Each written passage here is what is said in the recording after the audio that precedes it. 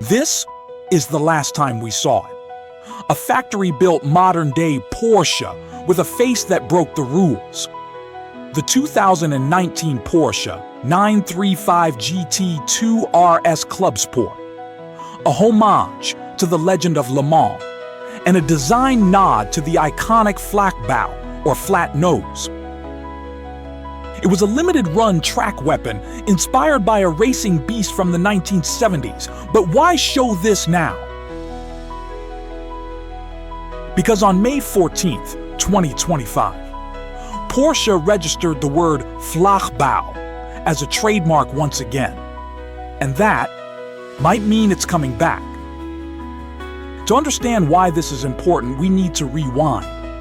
In the early 1980s, the Creamer brothers in Cologne, together with their aerodynamicist neighbor Eckhard Zimmermann, reshaped the future, literally.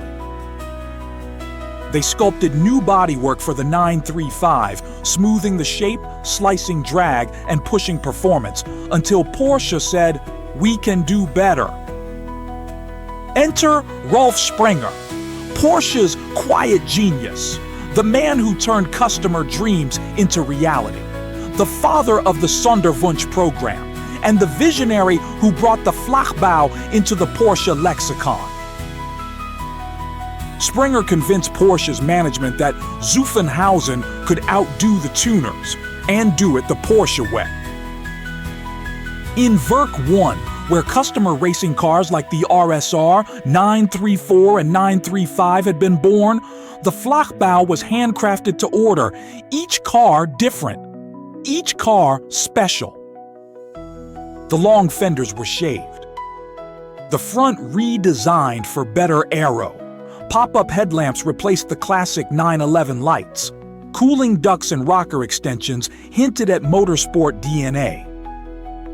In films, the 911 was shown to represent success and money. As demand grew, so did the ambition.